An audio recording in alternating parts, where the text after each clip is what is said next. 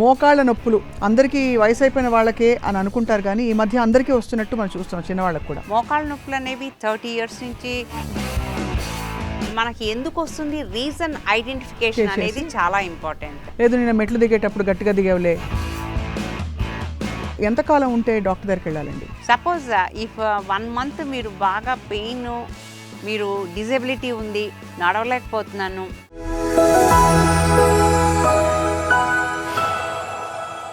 ఇది కేవలం సమాచారంగా మాత్రమే భావించండి. వైద్య నిపుణులను సంప్రదించండి. Hello and welcome to Sakshi life. మోకాలు నొప్పి ప్రతి ఒక్కరికి ఏదో టైంలో వస్తూనే ఉంటుంది, కానీ ఏ టైంలో మనం డాక్టర్ని సంప్రదించాలి, అలాగే మెడికేషన్ ఎంతవరకు తప్పనిసరి పరిస్థితుల్లో మరి ఆపరేషన్ చేయాలంటే ఇప్పుడు లేటెస్ట్ టెక్నాలజీ ఏమిటి? We have with us a very experienced senior orthopaedic surgeon from KIMS Sunshine, doctor Chiranjeevi garu. Doctor Chiranjeevi గారు అనగానే మనం మెగాస్టార్ని గుర్తు చేసుకుంటాం. యాక్చువల్లీ చిరంజీవి గారు వారి రంగంలో వారి మెగాస్టార్ అని చెప్పాలి, ఎందుకంటే 40 ఏళ్ల ఎక్స్పీరియన్స్లో షీ హాస్ పర్హాప్స్ ఆపరేటెడ్ ఎంతోమందిని.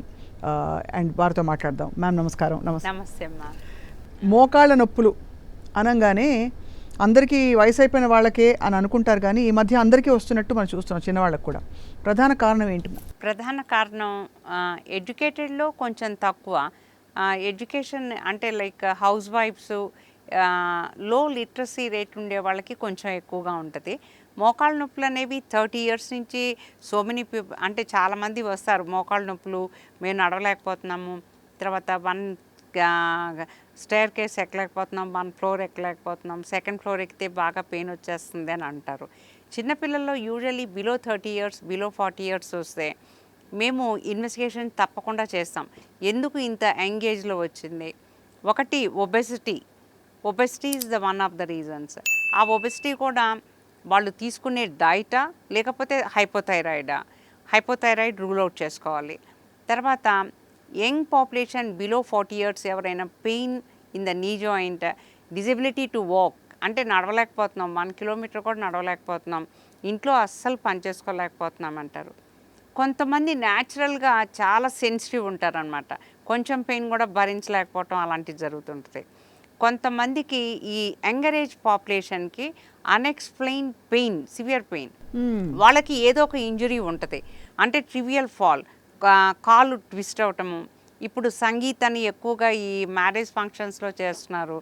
ఈ డాన్సెస్లో ఎప్పుడైనా సింగిల్ యాక్సెస్ మీద నించొని ఇట్లా ట్విస్ట్ చేయటము వాళ్ళకి తెలియకుండా, మెనిస్కస్ టేర్ అవ్వటము, ఏసిఎల్ టేర్ అవ్వటము, ఇలాంటి ఇంజరీస్ కూడా ఈ యంగర్ పాపులేషన్లో నీ పెయిన్కి కారణాలు ఉంటాయి.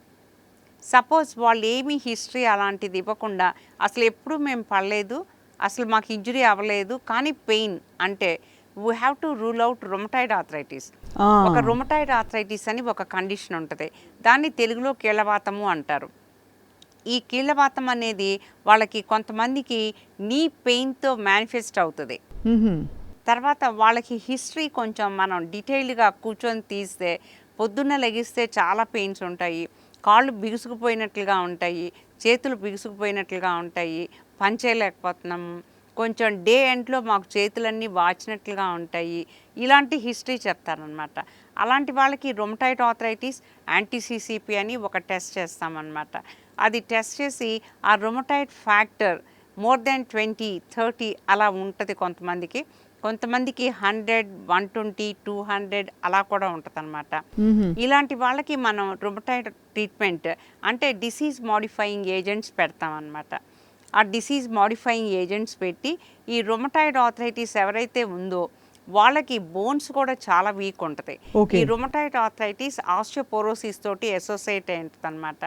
వాళ్ళకి డెక్సా స్కాన్ చేస్తాము, లేకపోతే calcium supplementation along with the disease modifying agents.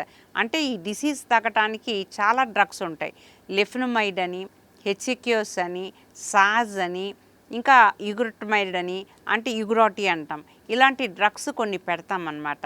దాంతో డిసీజ్ తగ్గుతుంది. అంటే ఓరల్గా తీసుకునే టాబ్లెట్స్ అన్నమాట. ఇలాంటి టాబ్లెట్స్ పెట్టి వాళ్ళ డిసీజ్ ఎంతవరకు తగ్గుతుంది ఏంటి అనేది మేము కొన్ని నెలలు అలా ఫాలో అవుతాం అన్నమాట. అలాంగ్ విత్ దట్ వాళ్ళ ఆస్టియోపోరోసిస్కి calcium supplementation, B complex preparations ఇలాంటివి ఇస్తాము. ఇప్పుడు ఎక్కువగా మెథోట్రెక్సేట్ ఇవ్వట్లేదు, మిగతా డ్రగ్స్ చాలా ఉన్నాయి, ఎడిల్మ్యాబ్ అని ఈ డ్రగ్స్ ఉన్నాయి. ఈ డ్రగ్స్ పెట్టిన తర్వాత వాళ్ళకి నీ పెయిన్ తగ్గుతుంది, రైట్. ఈ డిసీజ్ కూడా కంట్రోల్కి వస్తుంది. అప్పుడు వాళ్ళకి నీ ఎక్సర్సైజెస్ స్టార్ట్ చేస్తాం. నేను చెప్పేది ఏంటంటే యంగ్స్టర్స్ ఎవరన్నా పెయిన్ అంటే దాన్ని నెగ్లెక్ట్ చేయొద్దు. You have to rule out rheumatoid arthritis ఉందా, యూరిక్ యాసిడ్ ఎక్కువ ఉందా, గౌటీ ఆర్థరైటిస్ ఉందా, ఎప్పుడన్నా మెనిస్కస్ టేర్ ఏదైనా ఉందా, నీ పెయిన్ ఎందుకు వస్తుంది అనేది ఒక డాక్టర్ దగ్గరికి వెళ్ళి ఇన్వెస్టిగేషన్స్ చేయించుకొని దాని సరైన ట్రీట్మెంట్ తీసుకోవాలి. వీళ్ళకి కూడా మేము కొల్లాజెన్ పెప్టైడ్స్ పెడతామన్నమాట. కొల్లాజెన్ పెప్టైడ్స్ అంటే ఇప్పుడు లేటెస్ట్గా టైప్ 1 కొల్లాజెన్, టైప్ 2 కొల్లాజెన్ అని ప్రోడక్ట్స్ వస్తున్నాయి. మార్కెట్లో చాలా ప్రిపరేషన్స్ ఉన్నాయి, ఆ ప్రిపరేషన్స్ పెడతాము.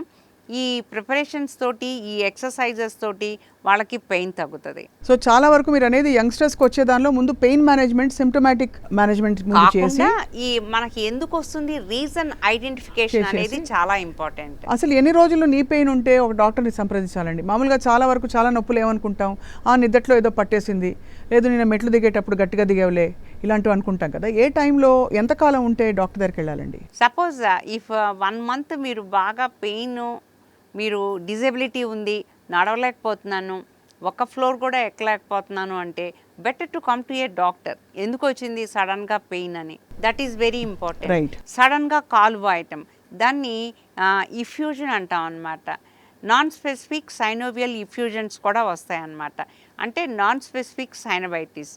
ఒక్కొక్కసారి ఒక వైరల్ ఫీవర్స్ ఏదైనా వచ్చినప్పుడు అలా నీ జాయింట్ వాయటము, స్వెల్లింగ్ రావటము, పెయిన్ రావటము కూడా జరుగుతుంది.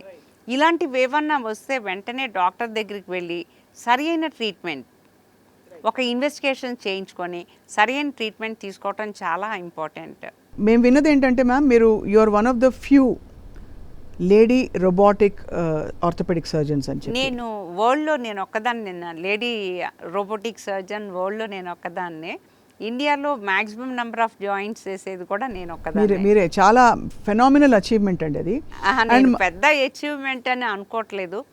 నేను ఆ సబ్జెక్ట్ కోరుకున్నాను, చేశాను. నేను ఆ సబ్జెక్ట్ తీసుకుంటున్నప్పుడు, ఆర్థోపెడిక్స్ తీసుకుంటున్నప్పుడు అందరూ అంటే నాకు ఓపెన్ కాంపిటీషన్లో వచ్చింది ఇది, చేయలేవమ్మా లేడీవి, నువ్వు ఎందుకు తీసుకుంటున్నావు, ఒక మగపిల్లోడు తీసుకుంటే సక్సెస్ అవుతాడు, నువ్వు మళ్ళీ తీసుకొని అది రిజైన్ చేస్తావు, ఆ సీట్ వేస్ట్ అవుతుంది, చేయొద్దు అని చాలా డిస్కరేజ్ చేశారు. లేదు సార్ తప్పకుండా చేస్తానని. తర్వాత నేను ఉస్మానియాలో చేశాను. నా పేరు Chiranjeevi. She is lady orthopaedic surgeon, her name is Chiranjeevi అనేవాళ్ళు. 6 months కంటిన్యూస్గా నన్ను చూసేవాళ్ళు అనమాట. తిని ఎలా చేస్తుంది, బోన్ని ఎలా రెడ్యూస్ చేస్తుంది, ఫీమర్ ఫ్రాక్చర్ తిని ఎలా హ్యాండిల్ చేస్తుంది, ఇలాంటివన్నీ చాలా అందరూ ఎంథ్యూజియాజంతో చూసేవాళ్ళు అనమాట. అంటే ఎలాగైతే కొన్ని సబ్జెక్టులు పురుషులకి ఆపాదిస్తాము, అంటే కల్చరలీ బోన్స్ అంటే కొంచెం బోర్ కదండి. అంటే బోర్ అంటే కంప్లీట్ మన వ్యవస్థలో ఉన్నది, కానీ స్ట్రెంగ్త్ కావాలి. కానీ typically gynaecology, paediatrics, general medicine ఇలాంటివి ఎక్కువ తీసుకుంటారు లేడీస్ అని అంటారు. బట్ మీ టైంలో మీరు ఛాలెంజ్ చేసి అలా చేశారు. ఎన్ని సర్జరీస్ చేశారు మ్యామ్ మీ మొత్తం కెరియర్లో ఇప్పటివరకు? ఎన్నో థౌజండ్స్ చేశాను నాన్న, థౌజండ్స్ చేశాను. ఎప్పుడు నేను నాకు పవర్ సరిపోలేదు, అయ్యో ఎందుకు తీసుకున్నానని ఒక్కరోజు కూడా నేను I never felt bad. Right. తర్వాత నేను అంటే నా కొలీగ్స్, నా ప్రొఫెసర్స్ కూడా అనమాట, ఆడపిల్ల తీసుకున్నావంటే నువ్వు లీవ్లు పెట్టేస్తావు, ఇంకా డెలికేట్గా హ్యాండిల్ చేస్తావు, నీతో మాకు చాలా ప్రాబ్లం ఉంటుందేమో అనుకున్నాం, కానీ ఇంత ఎక్స్ట్రాడినరీగా చేస్తామని మేము అనుకోలేదు అన్నారు. అంటే ఎవరికి ప్రాబ్లం క్రియేట్ చేయకూడదు, నేను చేయగలిగింది నేను చేయాలి. అంటే అట్లా ఇన్ఎఫిషియెంట్ డాక్టర్ లాగా సొసైటీలో ఉండిపోకూడదు అనేది ఒకటి ఉండేది నాకు మైండ్లో బాగా. రైట్. చేయాలి, ఏదైనా చేయాలి, పర్ఫెక్ట్గా చేయాలి. తర్వాత నేను ఒక టైం లిమిటేషన్ అనేది ఎప్పుడు పెట్టుకోలేదు. నేను ఇంతవరకే ప్రాక్టీస్ చేస్తాను, ఇంతకంటే చేయను ఇలా అని ఎప్పుడు పెట్టుకోలేదు. తర్వాత ఈ కేసుతో నేను ఈ కేసు చేస్తే నాకు ఎంత వస్తుంది, వీళ్ళకి ఎంత టైం స్పెండ్ చేయాలి అనేది నేను ఎప్పుడు క్యాలిక్యులేట్ చేసుకోలేదు. Amazing thing. ఎందుకంటే ఇప్పుడు చాలా సర్వసాధారణం అయిపోయింది. మీరు రోజుకి బహుశా పొద్దునే లేచి బోల్డ్ అండ్ సర్జరీలు ఉంటాయి మీకు.